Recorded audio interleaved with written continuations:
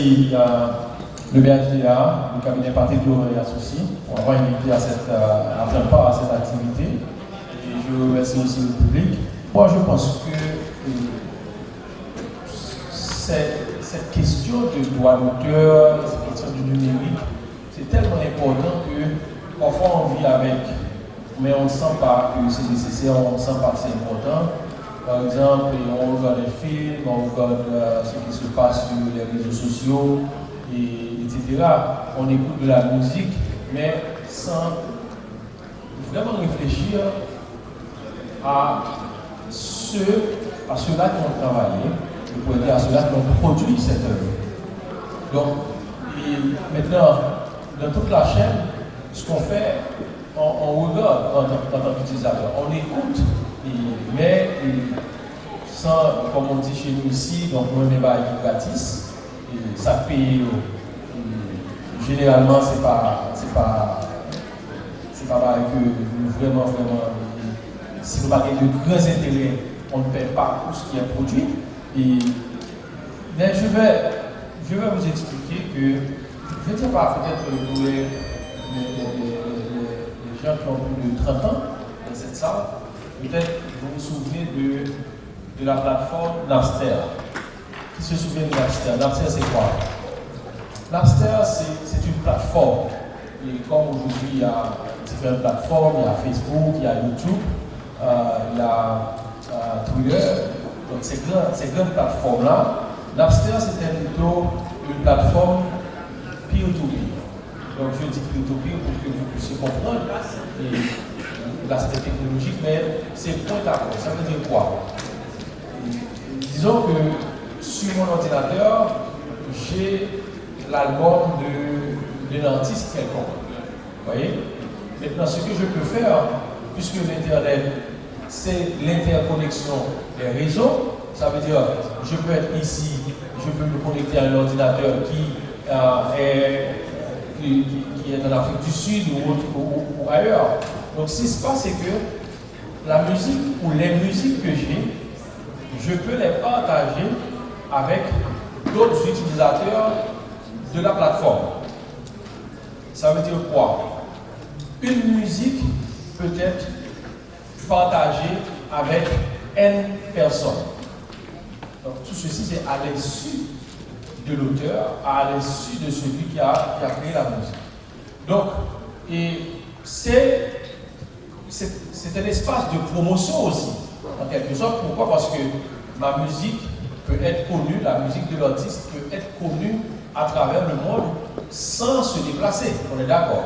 Ça veut dire quoi? Je suis ici en Haïti, il y a un album de BIC et je mets cet album-là ou une musique de l'album, je le mets sur la plateforme et automatiquement, quelqu'un qui veut écouter de la musique haïtienne ou à partir de mots-clés peut trouver la musique de BIC.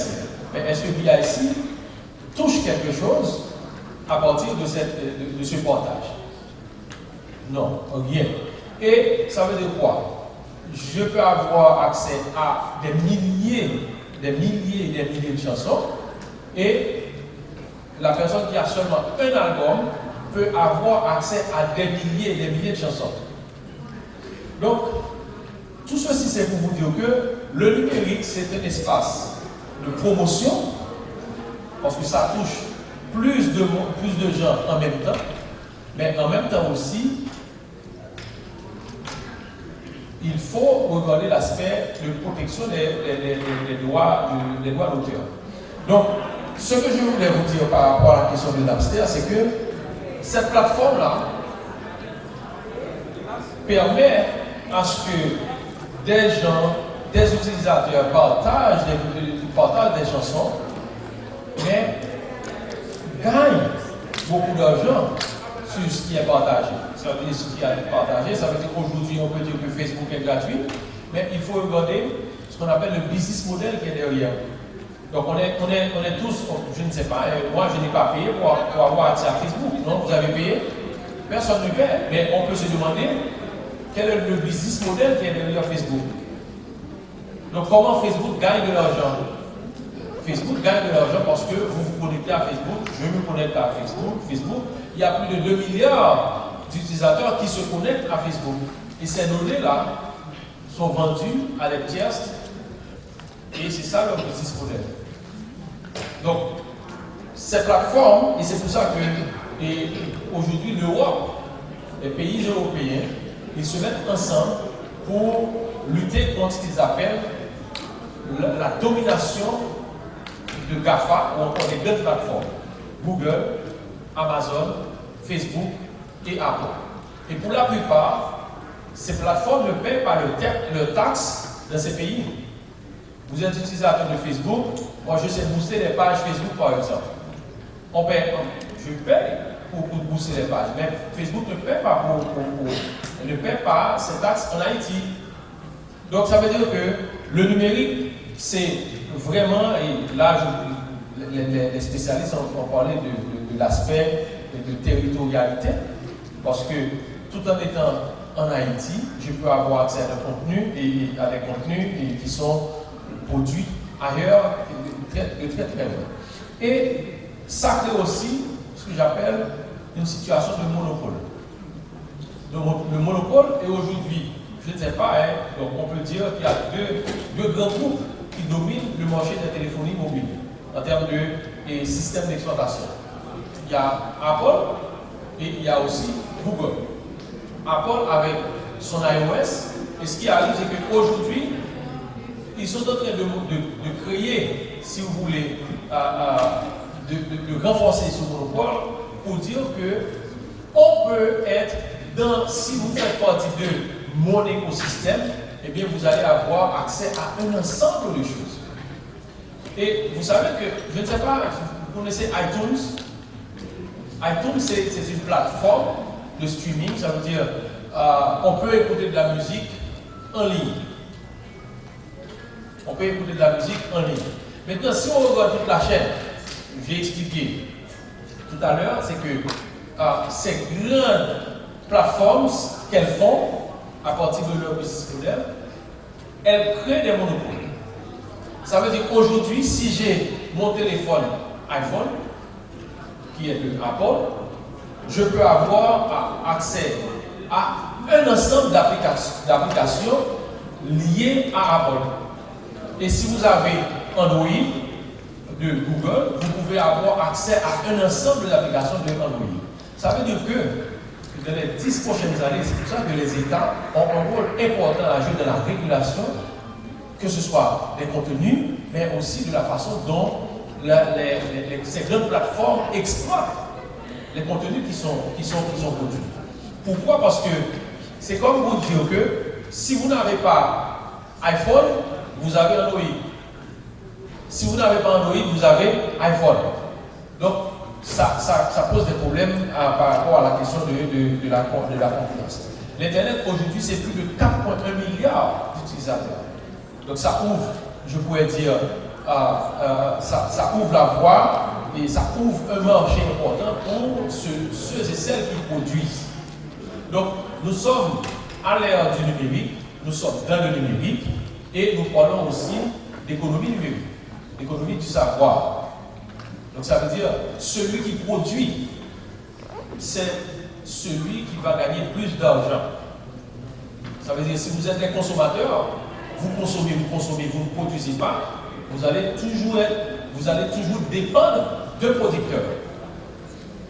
Donc il faut regarder comment aussi vous pouvez produire. Donc comme on parle aussi de numérique et musique, vous pouvez comprendre que aujourd'hui le numérique a vraiment changé, a modifié la façon dont ce secteur musical fonctionnait dans le temps. Que ce soit dans la création, dans la production ou la diffusion.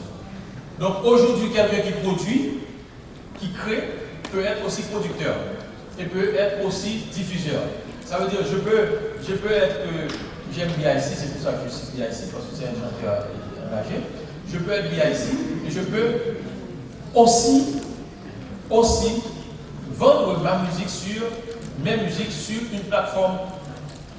Donc ça veut dire quoi? Dans le temps, on savait utiliser les CD et ça ouvre d'abord aussi à la question du piratage. Mais il faut dire aussi, même si on utilise le numérique, le piratage, je peux dire, est encore d'actualité ou encore pour ne pas dire que les œuvres sont beaucoup plus exposées au piratage. Donc tout devient une codification, tout devient des métadonnées. Un film, des métadonnées. Une musique, des métadonnées. Maintenant, qu'est-ce qu'on doit faire? On doit protéger ces données, on doit protéger ces œuvres. Je ne sais pas si vous vous souvenez là on parle de questions de cybersécurité. Je ne sais pas si vous vous souvenez de Sony qui devait sortir un film, et c'était avec Barack Obama était président des États-Unis. Et ce film-là, c'était sur Kim Jong-un, le dictateur coréen. Et il y a eu une attaque sur les infrastructures de Sony. Et Obama, en tant que président des États-Unis, a attaqué la Corée du Nord et l'Internet au niveau de la Corée du Nord était suspendu pendant plusieurs heures. Donc ça veut dire que Obama avait parlé de sanctions contre la Corée du Nord. Même si c'est une firme privée, mais l'État américain a, à travers la présidence et d'autres structures, donc on dû se battre pour protéger les intérêts des États-Unis d'abord, parce que le film est produit par un groupe américain. Donc, je vais passer la parole à d'autres amis du panel, mais avant, je voulais vous dire que, par exemple, je ne sais pas si vous aimez le football, mais on regarde, par exemple, tout ce qui se passe à la télé, on ne peut pas, c'est ce qu'on appelle, par exemple, les chaînes free-to-air. Free-to-air, ça veut dire quoi? Ce ne sont pas les chaînes de télévision par câble, comme Télé Haïti, comme Canalsat, où on paie pour avoir accès à des contenus, mais la seule chose dont on a besoin, c'est un téléviseur et une antenne. Et on a accès à des contenus. Mais savez-vous que les producteurs, que ce soit l'exemple de la Coupe du Monde, par exemple, pour la Coupe du Monde, il y a des firmes qui sont spécialisées, qui achètent les droits et qui les revendent. Ces firmes-là sont spécialisées dans l'achat et dans la revente des droits. Je peux dire, le film, dans le cadre de la Coupe du Monde, il y a une production. Maintenant, pour avoir accès à ces contenus, il faut payer la licence. Et Haïti, dans la plupart des cas, est toujours en retard avec le paiement. C'est pour ça que je ne sais pas si vous vous souvenez, que ce soit la Coupe América ou la Coupe du Monde, il y a eu des retards de paiement et on se demandait est-ce que Haïti allait pouvoir regarder la Coupe du Monde. Ce qui arrive, c'est que aussi, avec le numérique sur la protection des contenus, donc il y a des méthodes de protection qu'on peut utiliser. Ça veut dire que celui qui veut utiliser le contenu qui est produit doit avoir accès, par exemple, à ce qu'on appelle des tatouages numériques. Ça veut dire qu'il y a un code qu'on passe à celui qui veut exploiter le contenu pour pouvoir le diffuser. Mais vous pouvez comprendre aussi que dans la plupart des cas, on pirate ces contenus. Dans la plupart des cas, ces contenus sont piratés. Piratés comment? Parce que la chaîne de télévision qui exploite ce contenu, qui diffuse ce contenu, n'est pas autorisée à le diffuser. Et les spécialistes vont vous dire qu'il y a plusieurs niveaux d'exploitation. Par exemple, vous pouvez avoir un droit d'exploitation seulement, et je pourrais dire, pour regarder la télé à la maison. Mais vous ne pouvez pas exploiter ce droit pour diffuser sur d'autres plateformes. Ça veut dire la télévision, la chaîne de télévision qui paye un abonnement, comme vous autres vous payez un abonnement, et qui utilise ces infrastructures pour diffuser le contenu. Donc, ça pose un problème fondamental à la question de Guadeloupe. Donc, ça, c'est pour ça qu'on parle d'actes de piratage. Donc, comme j'ai expliqué tout à l'heure, le numérique permet d'atteindre des marchés importants. Maintenant, pour nous autres Haïtiens, quelles sont les perspectives? Moi, je crois qu'il est important que l'on développe des plateformes haïtiennes qui répondent à des besoins haïtiens. Ça veut dire quoi? Et aujourd'hui, on exploite iTunes, on exploite Facebook, on exploite toutes les grandes plateformes pour diffuser des contenus. Or, si on avait d'autres plateformes, des plateformes haïtiennes, ça veut dire que ces gens-là allaient payer leurs taxes en Haïti, leurs produits allaient être développés en Haïti, donc ça allait un petit peu booster l'économie. Je ne peux pas vous dire combien d'argent que les Haïtiens dépensent, que ce soit pour booster les pages, que ce soit pour acheter des contenus qui sont produits ailleurs. Donc, et maintenant, j'ai dit tout à l'heure qu'on doit être vigilant parce qu'aujourd'hui, le monde tourne vers le monopole. Et c'est pour ça que vous allez comprendre pourquoi Facebook, aujourd'hui, et Amazon et Google sont en train, je pourrais dire, de mettre beaucoup d'argent sur l'intelligence artificielle. Parce qu'ils veulent dominer. Dominer qui? Avec quoi? Dominer vous, moi, utilisateurs. Maintenant, il faut arriver aussi, en tant qu'utilisateur, à construire, à créer sur ce que vous avez comme plateforme.